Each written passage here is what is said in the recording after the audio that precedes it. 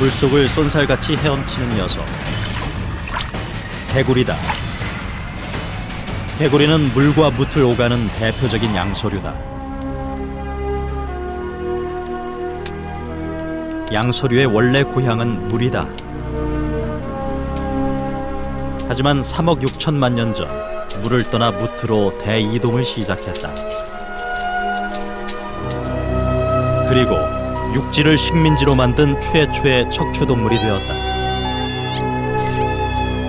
공룡의 탄생과 멸종을 지켜봤고 지금도 인간과 삶을 함께하고 있는 동물, 바로 양서류다.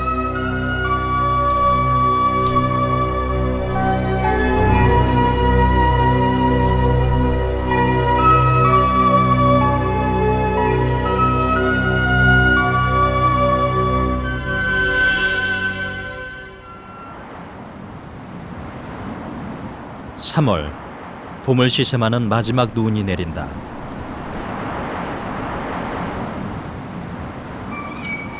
하지만 자연의 흐름은 거스를 수 없는 법.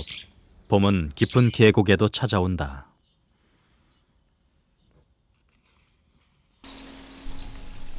봄의 전령사인 개구리가 모습을 드러낸다.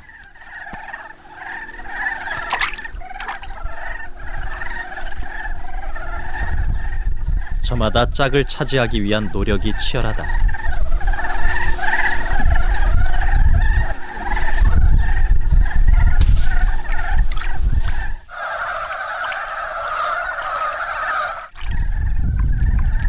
짝을 찾은 녀석들은 2, 3일간 함께 시간을 보내며 산란을 준비한다.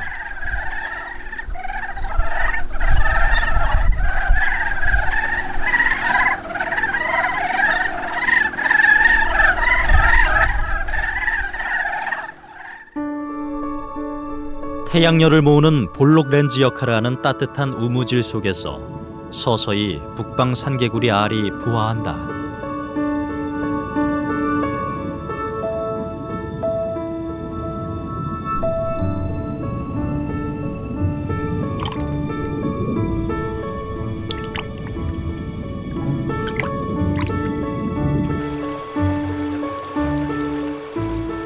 깨어난 올챙이는 따뜻한 물가로 모여든다.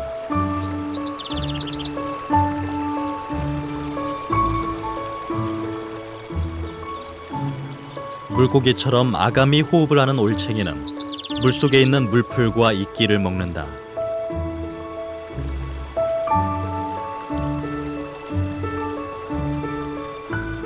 먹이가 풍부한 물속이지만 올챙이들의 안전지대는 아니다.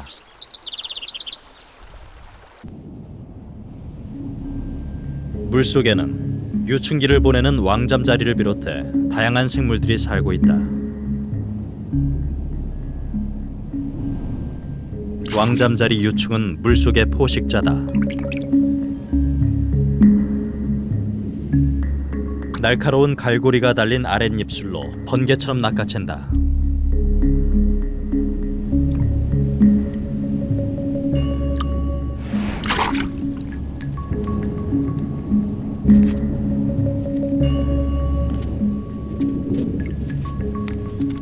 수많은 올챙이들은 물속 생태계를 떠받치는 힘이다.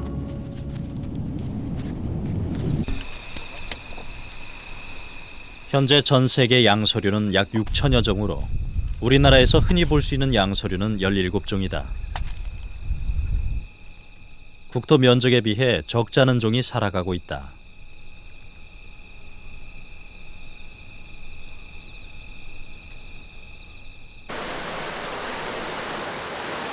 한겨울의 흔적이 아직도 남아있는 계곡.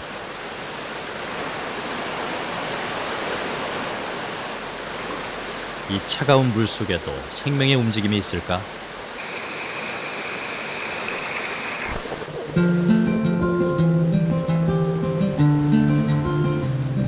쥐죽은 듯 모습을 드러낸 녀석은 도롱뇽이다. 겨울잠에서 일찍 깨어난 도롱뇽이 번식을 위해 물을 찾았다. 양서류는 크게 개구리처럼 꼬리가 없는 것과 도롱뇽처럼 꼬리가 있는 종류로 분류된다.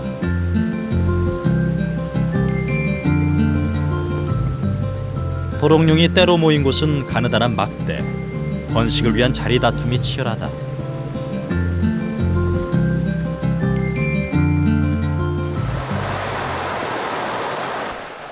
현재 우리나라의 도롱뇽은 모두 6종. 그 가운데 가장 최근에 그 존재가 확인된 녀석이 있다. 바로 이끼 도롱뇽이다.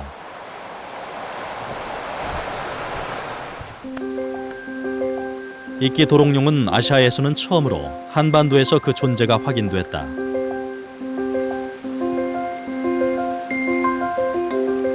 현재까지 이끼 도롱뇽은 대략 그 서식처만 파악된 상태.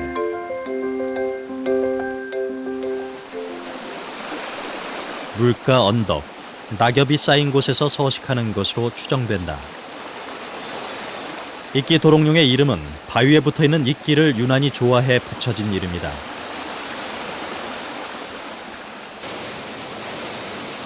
이끼 도롱뇽의 서식처는 생리적 특성과 깊은 관련이 있다. 피부로 호흡하는 해부학적 특징으로 인해 온도가 낮고 습도가 일정하게 유지되는 장소를 선호한다.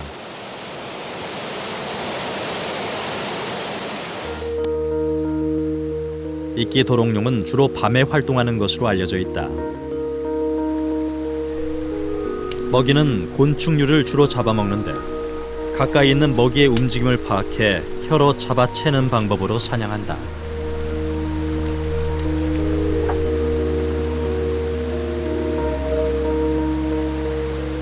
이끼 도롱뇽은 주로 4월부터 활동하고 10월 이후로는 눈에 잘 띄지 않는다. 서식지 환경 변화에 무척 민감한 것으로 알려진 이끼 도롱뇽. 이끼 도롱뇽은 짝짓기와 산란, 구애 행동 등 그 생태 비밀을 아직까지 인간에게 공개하지 않고 있다.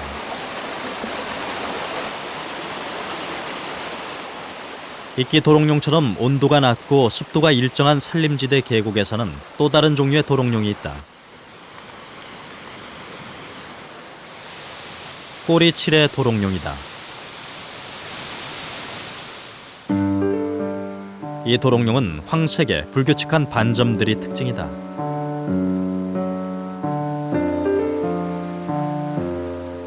몸 길이는 12에서 18cm로 긴 꼬리를 갖고 있고 보통 몸 길이보다 꼬리가 길다.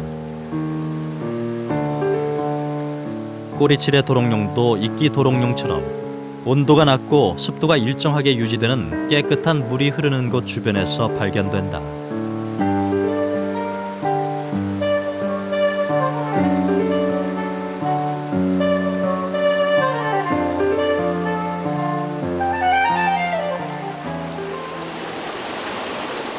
시원한 물이 흐르는 계곡.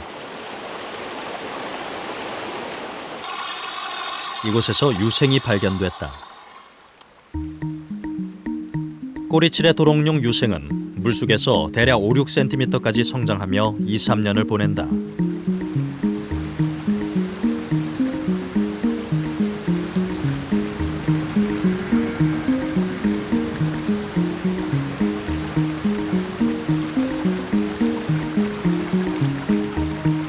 이때 호흡은 아가미를 통해 한다.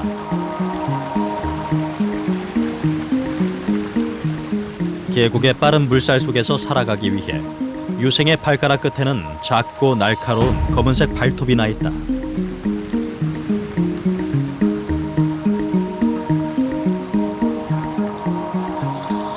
이 발톱을 이용해 물속을 이동하거나 물살에 떠내려가지 않는다.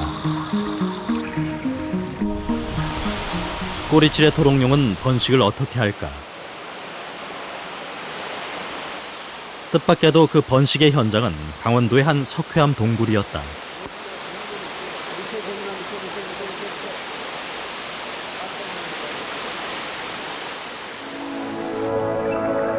배가 한껏 부푸른 녀석은 암컷. 지하수로 형성된 물길이 잘 발달돼 있고 오염이 전혀 안 된 이곳을 암컷은 산란터로 택했다.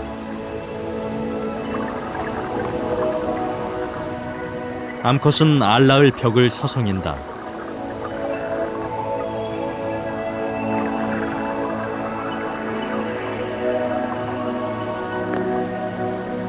이미 수중 동굴 벽은 수많은 알로 빼곡히 채워져 있다.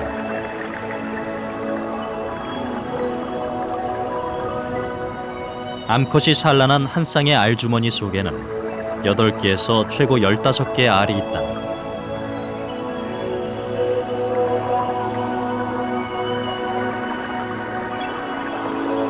수정은 전적으로 수컷의 몫이다.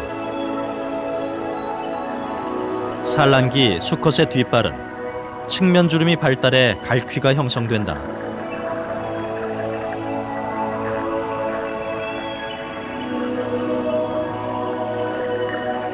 자신의 흔적을 남기기 위한 수컷들의 경쟁은 무척 치열하다. 수십 마리의 수컷이 몰려와 수정 경쟁에 뛰어든다.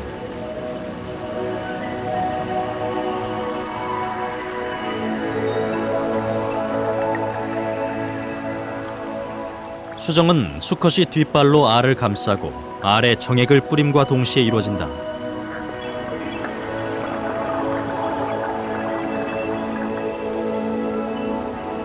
뒷발에 난 측면 주름을 이용해 효과적으로 알을 수정시킨다.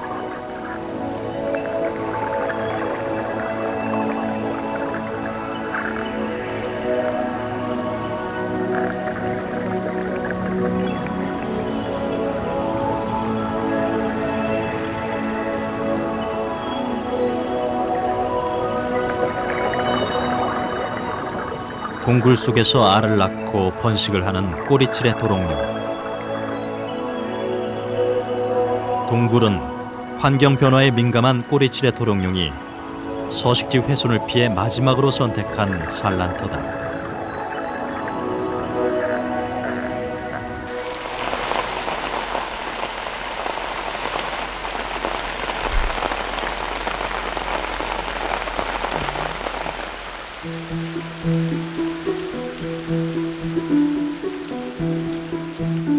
비는 곤충의 목숨을 위협한다.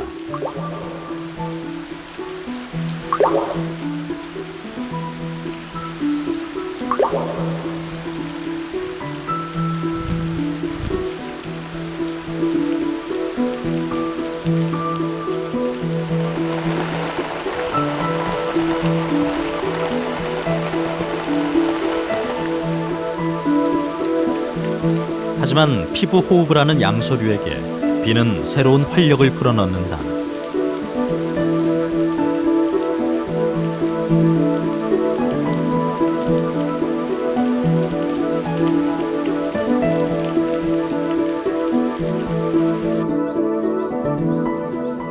개구리에게 피부는 생명을 지켜주는 가장 중요한 부분이다. 피부를 통해서 물을 흡수하고 숨을 쉬기 때문이다.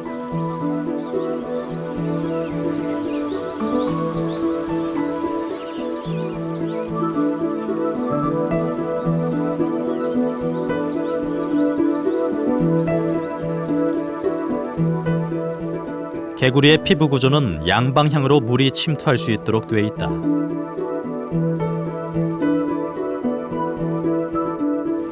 물속에서 필요한 여분의 산소는 피부를 통해 직접 흡수해 이용한다.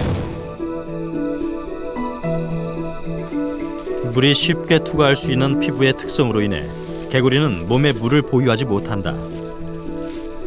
또한 햇볕을 직접 쬐게 되면 탈수의 위험이 있다. 때문에 피부는 항상 촉촉하게 유지돼야 한다.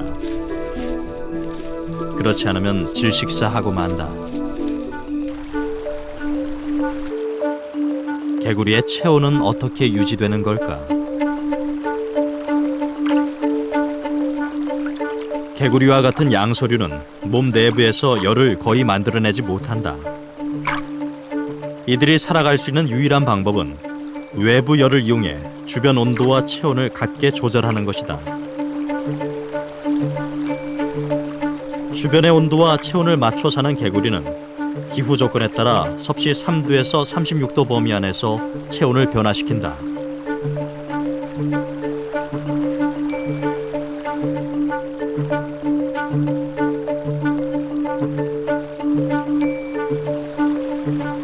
하지만 기온이 섭씨 3도 이하로 떨어지면 활동을 계속할 수 없어 동면을 선택한다.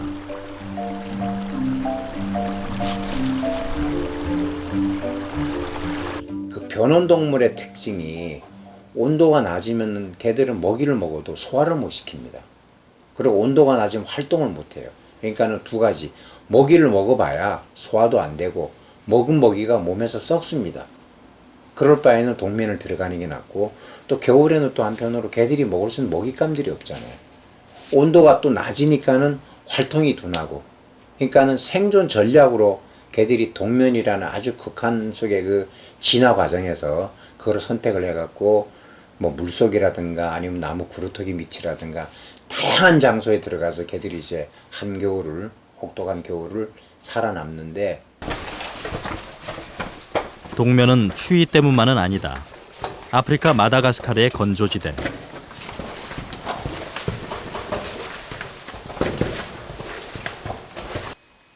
이곳 땅 속에서 동면하는 개구리가 있다.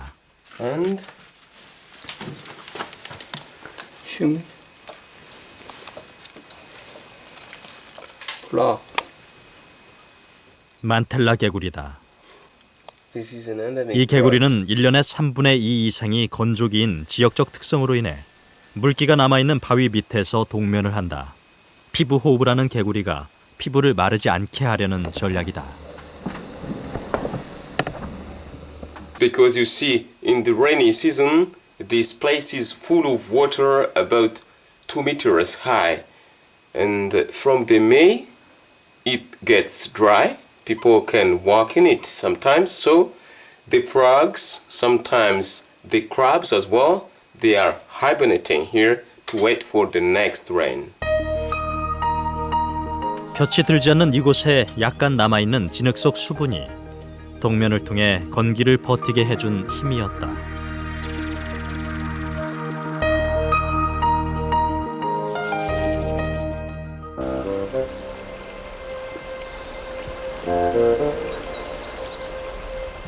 개구리는 타고난 곤충 사냥꾼이다.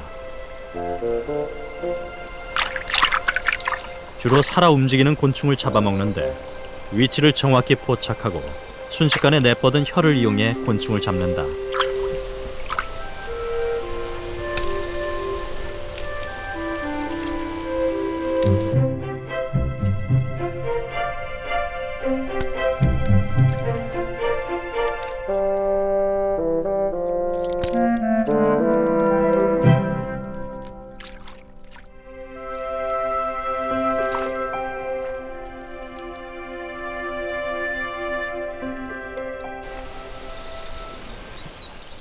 가끔 곤충이 아닌 먹잇감을 택하는 녀석이 있다. 황소개구리다. 황소개구리가 노리는 건 작은 뱀. 눈앞에 움직이는 것은 무엇이든 물고 본다.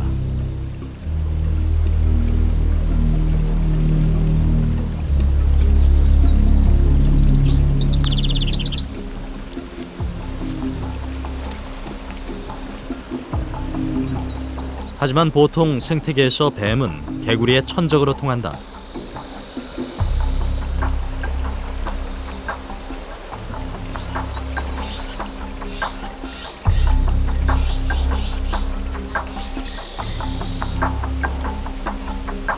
개구리는 여름철 뱀을 살찌우는 훌륭한 영양 공급원이다.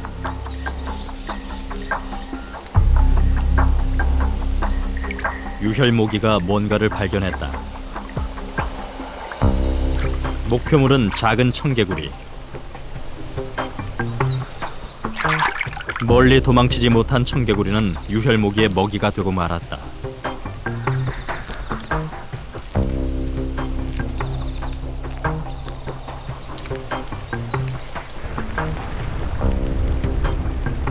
개구리는 새들에게도 훌륭한 먹잇감이다.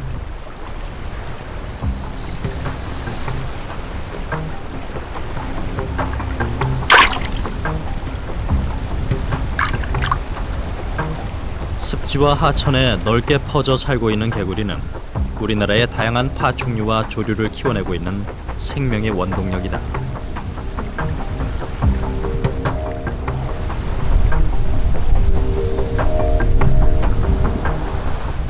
양서류라는 분류군은 우리가 생태계 먹이 사슬을 봤을 때요, 축구로 얘기하면 미드필더, 중간 허리 역할을 합니다. 그러니까는 개구리보다 더 높은 저 상위 포식자가 있지 않습니까? 그죠? 포유류라든가 뱀이라든가 아니면은 뭐 조류한테 먹힘을 당하고 또 양서류는 또 수소곤충이라든가 다른 곤충을 잡아먹기도 하고 중간에 하나의 축을 이어주는 분류군인데 이 축이 무너지게 되면 이게 먹이사슬 자체가 하나가 서서히 여름에 아이스크림 녹듯이 녹아지는 상당히 중요한 역할을 하는 분류군입니다. 이게. 산속 작은 골짜기. 동면에서 갓 깨어난 아주 작은 크기의 개구리가 있다. 무당개구리다. 겨울잠에서 갓 깨어난 무당개구리. 아직 동작이 굼뜨다.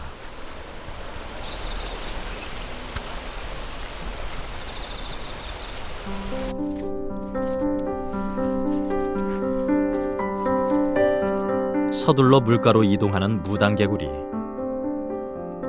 무당개구리는 우리나라 전역에 분포하는 토종개구리다.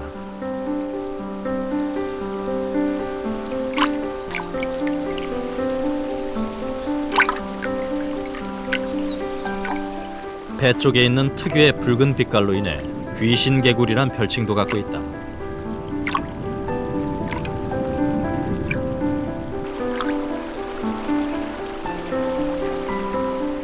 물가에서 많이 활동하는 무당개구리는 가끔 뱀과 마주치기도 한다.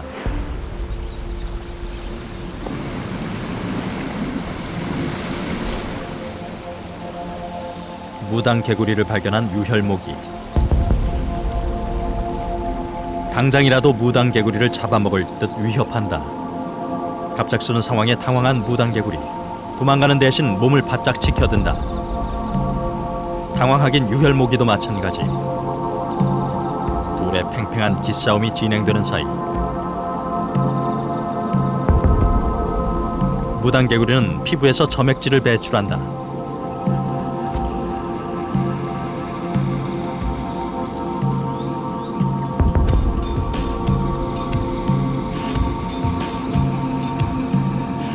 어느새 녀석의 몸은 흘러나온 점액질로 흥건히 젖어 있다.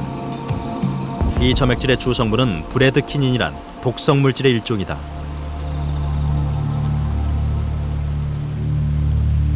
한참을 노려보던 유혈모기. 결국 무당개구리를 포기하고 만다.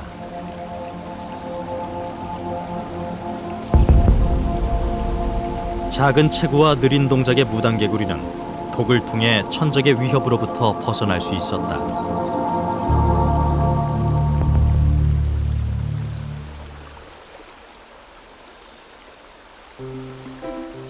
무당개구리 한 마리가 사냥에 나섰다. 먹잇감은 작은 곤충. 잽싸게 몸을 날려 사냥에 성공했다. 무당개구리는 주로 눈앞에 움직이는 곤충을 사냥한다. 혀를 길게 뻗어 먹이를 잡는 개구리에 비해 사냥 기술은 떨어진다.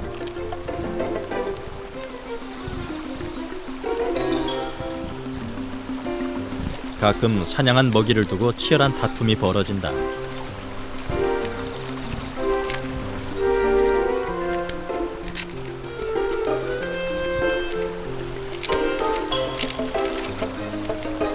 녀석은 결국 먹이를 지켜냈다.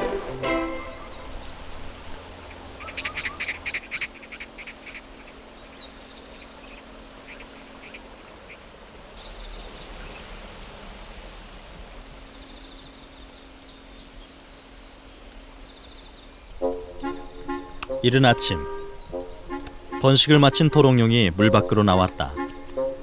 때마침 도롱뇽을 발견한 무당개구리. 호기심이 발동한 모양이다. 도롱뇽에게 시비를 걸어본다.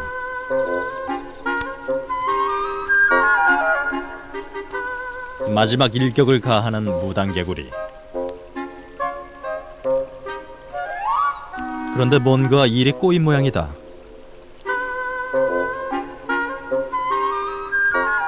괴로운 듯 연신 땅에 입을 비벼댄다.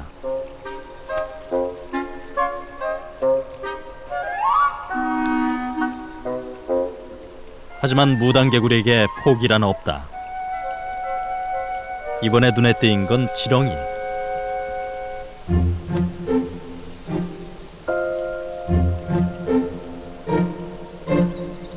출격이 시작됐다. 녀석은 지렁이의 한쪽 끝을 노렸다.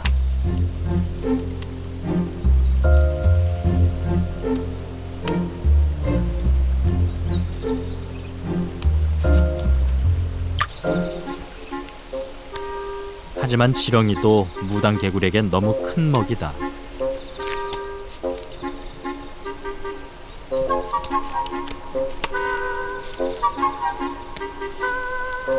아무리 해도 잘라지지 않는 지렁이.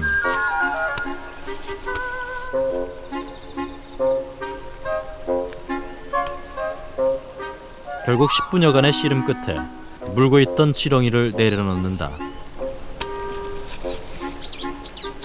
못내 아쉬웠던지 쉽게 지렁이 곁을 떠나지 못하는 녀석.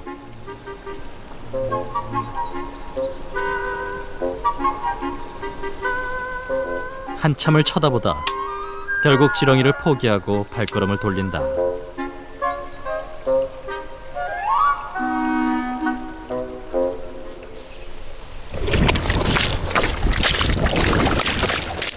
사람을 피해 잽싸게 도망치는 개구리. 거기 들었어 거기. 황소개구리다. 다 잡아먹는다고 이거 죽입니다. 엄청 크네.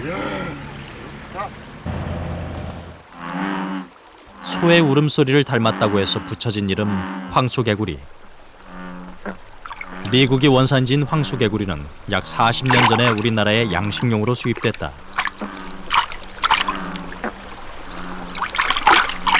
하지만 판로가 막히면서 곳곳에 방사되어 우리 생태계에 급속히 퍼져나갔다.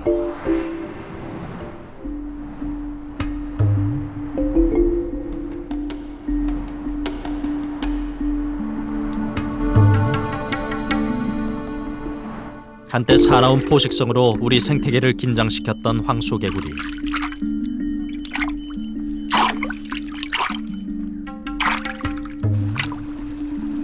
황소개구리는 눈앞에 움직이는 것이면 무엇이든 먹어치웠다. 아직까지 생태계 교란 야생동물로 지정된 황소개구리. 하지만 어느 순간 황소개구리의 폭발적인 증가는 멈추고 점점 우리의 기억에서 멀어져 가고 있다. 황소개구리에게 무슨 일이 벌어진 것일까? 천적이 없을 것 같았던 황소개구리에게 천적이 점점 늘어났다. 뿐만 아니라 주로 물이 고여있는 한정된 지역에 몰려 사는 황소개구리는 자체 경쟁을 통해 그 개체 수가 조절되게 됐다. 자연 생태계는요 스스로 평형을 유지하려고 노력을 합니다. 근데 지금 초창기에는 황소개구리가 우리나라에 들어와 갖고 생태계 교란이 내 갖고 대대적으로 퇴치 사업도 하고 식용으로 활용하기도 많이 노력도 많이 하다 보니까는 개체수가 좀 줄어든 건 사실인데, 결론적으로 말씀드리면 황소개구리를 우리나라에서 박멸을 할 수는 없습니다. 걔도 시간이 지나면 우리나라에서 하나의 자리매김하면서 그 양서류 종류의 하나의 이제 리스트에 올라가게 되는데, 그 우리나라 개구리가 줄어드는 만큼 황소개구리도 줄어들어요. 황소개구리와 비슷한 지역을 서식처로 하는 우리나라 토종개구리가 있다. 바로 금개구리다. 금개구리는 저지대의 논이나 농수로, 저수지의 수초가 무성한 곳에서 주로 발견된다.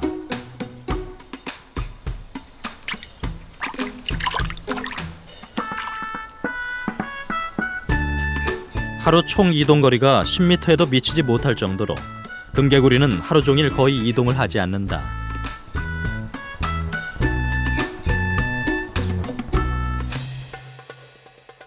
때문에 금개구리의 점프 실력은 형편없을 정도로 짧다.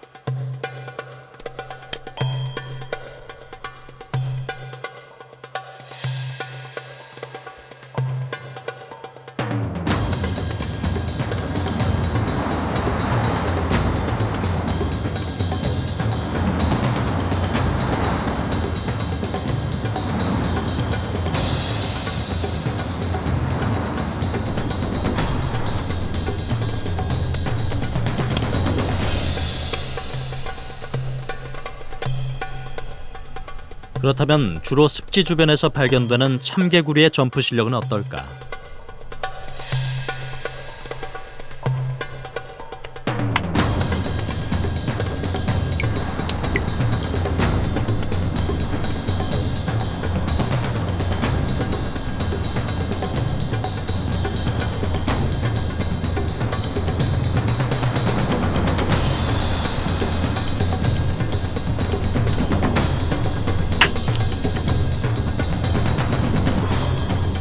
참개구리는 뒷다리 근육이 발달해 천적을 피해서 빨리 그리고 멀리 달아날 수 있도록 진화했다.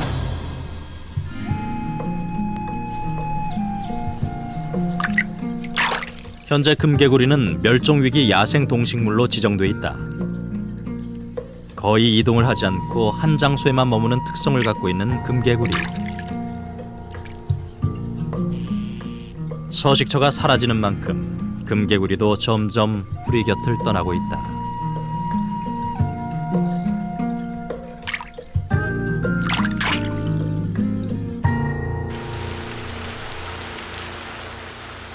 (5월) 뒤늦게 단비가 내린다.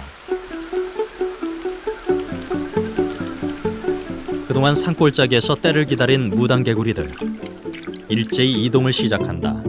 번식을 위해서다.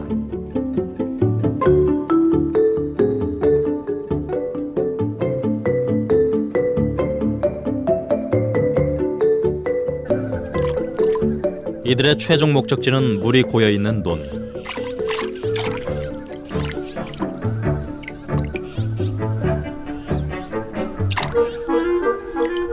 논을 찾은 녀석들은 서둘러 짝짓기에 돌입한다.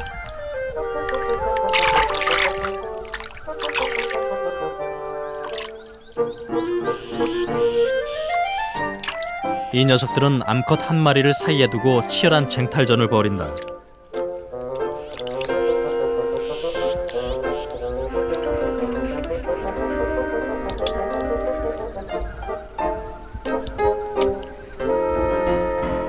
보통 무당개구리는 자연 상태에서 수컷이 암컷보다 10배가 많다. 때문에 암컷 한 마리에 10마리가 넘게 수컷이 달라붙는 집단 포접도 흔한 광경이다. 하지만 암컷은 가끔 수컷과 힘겨운 싸움을 한다. 이미 알을 낳은 암컷, 수컷의 포접을 피해보려 안간힘을 쓰지만 수컷은 아랑곳하지 않는다. 무당개구리는 수컷만이 소리를 낼 수 있는데 소리를 통해 수컷끼리는 포접하지 않는다. 번식을 위한 무당개구리 수컷의 노력은 집요하다. 이번에 물두꺼비가 무당개구리에게 걸려들었다.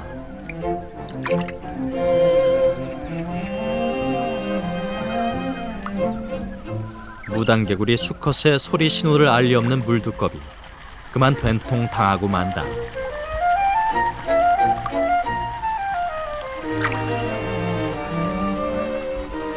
심지어 흙을 암컷으로 알고 포접하는 녀석도 있고 죽은 무당개구리를 껴안고 있는 녀석도 보인다. 번식을 위한 무당개구리 수컷의 집착은 대단하다.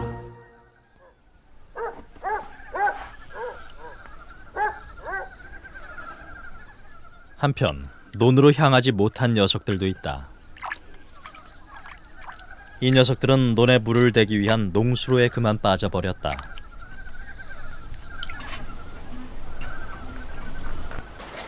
논에 모내기를 위한 물대기가 시작됐다.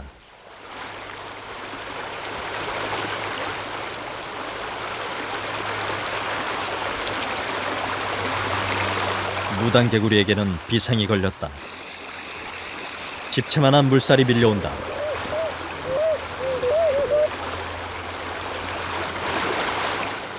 물살은 닥치는 대로 무당개구리를 집어삼킨다.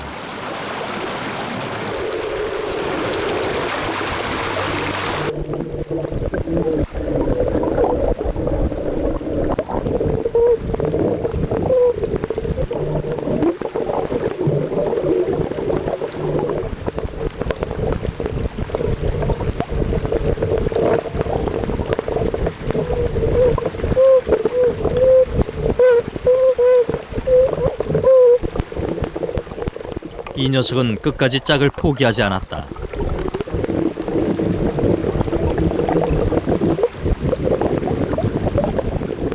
물살에 살아남기 위한 무당개구리의 노력은 계속된다.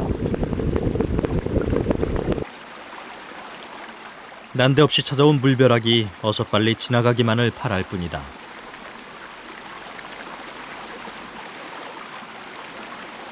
결국 콘크리트 농수로는 무당개구리의 번식을 허용치 않았다.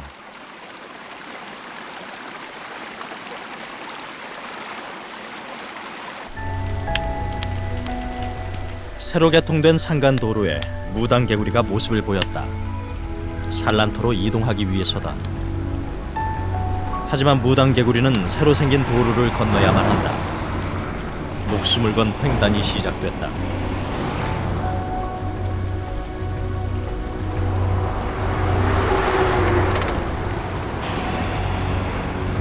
결국 몇 마리가 희생되고야 말았다.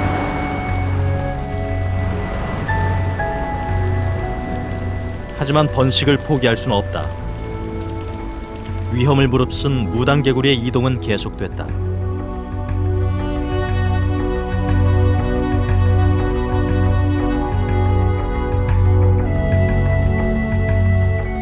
마침내 도착한 번식지. 하지만 그 어느 곳에도 물은 없다.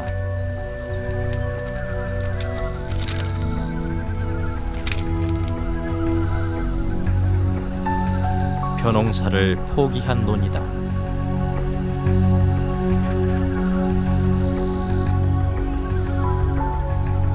목숨을 걸고 다시 찾은 산란터. 이제 번식은 불가능한 일이 됐다. 물이 없는 산란터는 더 이상 무당개구리를 받아들일 수 없다.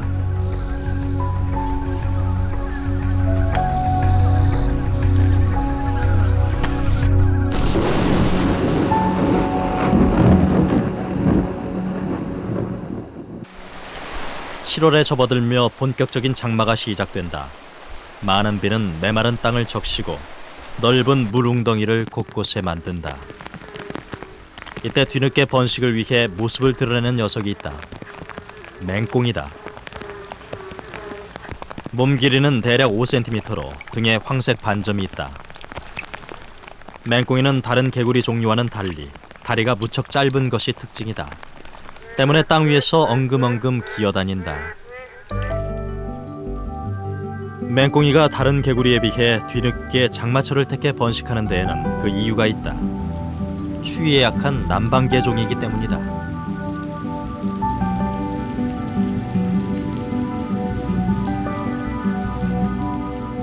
알은 22개씩 반복적으로 낳아서 총 2,000여 개를 낳는다.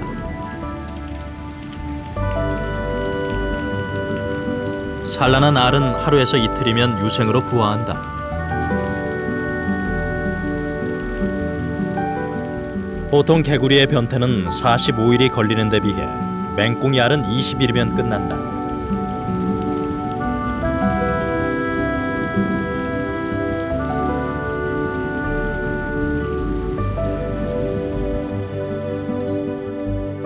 그 맹꽁이가 주는 의미가 크게 두 가지가 있습니다. 하나는 습지를 대표한다는 거.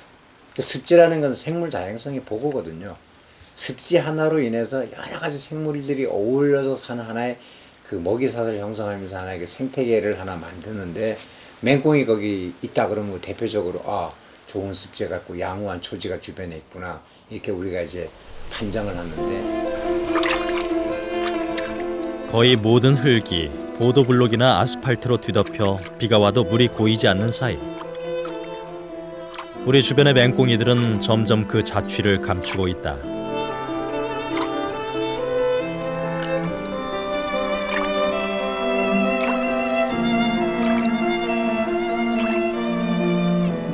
맹꽁이뿐만이 아니다. 지금은 거의 대부분의 양서류가 위험에 처해 있다.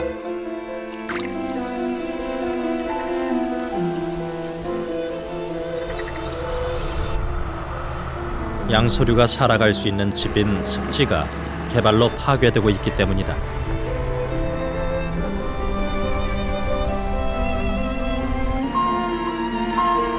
피부 호흡을 하는 양서류에게 물이 있는 공간인 습지가 없어져 피부가 마르게 된다는 것은 우리가 목이 졸려 제대로 숨을 쉬지 못하는 것과 마찬가지다.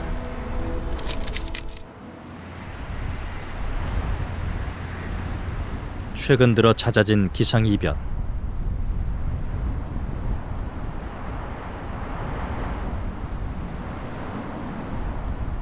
봄에 내린 때 아닌 폭설로 생태계 곳곳에서 경고음이 들리고 있다.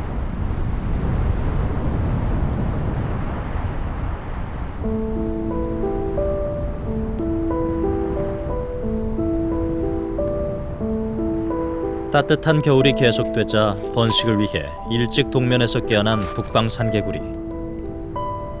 하지만 북방산개구리에게 뒤늦게 찾아온 건 혹독한 추위였다. 번식을 위해 이미 낳은 알들은 추위로 집단 폐사하고 만다. 지금 생태계 시계는 누구도 종잡을 수 없을 정도로 엉뚱한 방향으로 빠르게 움직이고 있다.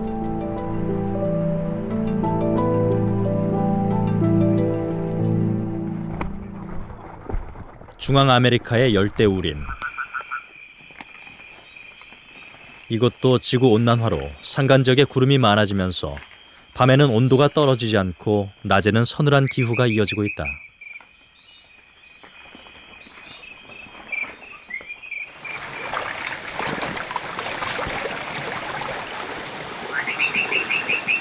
이 열대우림 속에는 다양한 개구리들이 살아가고 있다. 하지만 이 개구리들에게 지금 심각한 위기가 닥쳐오고 있다.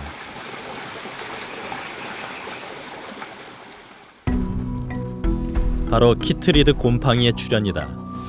홀씨를 담은 포자가 항아리 모양으로 생겼다고 해서 항아리 곰팡이로도 불리는 이 곰팡이는 원래 습지나 물에서 죽은 유기물을 먹으며 변식한다. 그런데 1999년 새로운 형태의 항아리 곰팡이가 개구리의 피부에 감염됐음이 확인됐다. 문제는 이 곰팡이가 피부 호흡을 하는 개구리를 질식사시킨다는 데 있었다. 곰팡이는 급속도로 중남미에 퍼져나갔다.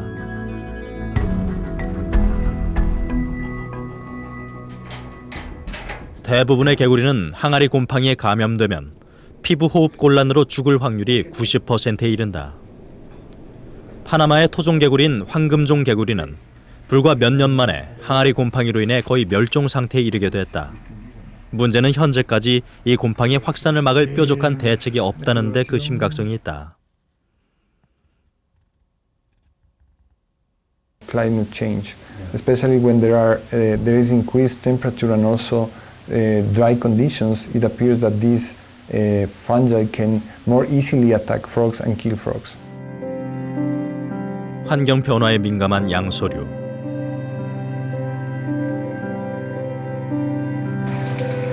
이제 양서류는 그 서식지의 파괴뿐만 아니라 기후 변화로 생긴 새로운 질병과 힘겨운 싸움을 극복해내야만 한다.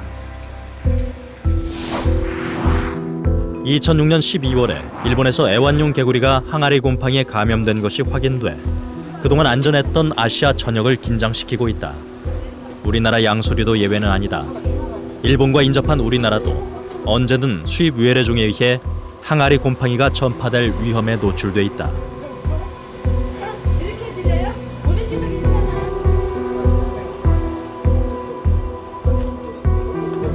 그 항아리 곰팡이가 아주 한번 오염을 시키면은 그 하나가 이게 감염이 되면 피부에 그것이 같이 도미노 시너지 효과가 있어 옆에까지 같이 번져버리니까는 아주 절멸을 하게 됩니다. 그게 그 파나마의 그 황금종 개구리라고 노란 개구리 아주 이쁜 개구리가 멸종을 했어요. 그 항아리 곰팡이가 피부로 감염해서 피부 못하게 해가지고 질식사를 시키는데 그것이 그 일본으로 지금 갔다가 우리나라로 지금 이제 들어오려고 하는데 가끔 그런 징후가 보입니다. 그래서 최근에 항아리 곰팡이의 역습 이래갖고 이제 여러 군데서 지금 이제 관심을 갖고 있는데 아직까지는 우리가 피부에 닿질 못하니까는 인식을 못하고 있는데 이 문제도 우리가 옛날에 10년, 15년 전에 황소개구리 역습에 당했듯이 그 교훈을 삼아서 미리 지금 손을 쓰거나 개들에 대한 대처를 하지 않으면은 반드시 우리나라도 한번 그런 경우를 또 한번 겪지 않을까 그런 좀 고민이 됩니다. 개구리 한 마리가 1년에 잡아먹는 곤충의 숫자는 6만에서 7만 마리에 이른다. 만약 우리 주변의 개구리가 사라진다면 곤충의 급격한 번식으로 인한 피해는 고스란히 우리들의 몫이 된다. 피부 호흡을 하는 양서류에게 깨끗한 물은 절대적으로 필요하다. 양서류가 살고 있다는 건 우리 주변이 아직 오염되지 않았고 인간이 살 만한 곳임을 의미한다. 그래서 우리는 양서류를 환경지표종이라 부른다.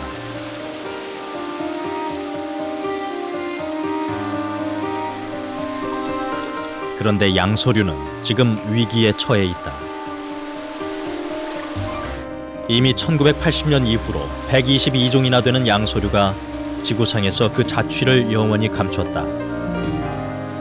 공룡의 멸종 이후 가장 빠르게 진행되고 있는 양서류의 멸종. 지금의 속도로 양서류가 사라진다면 우리 생애의 3천여 종이 멸종될 것이다. 지금 개구리는 애타게 인간에게 SOS를 보내고 있다.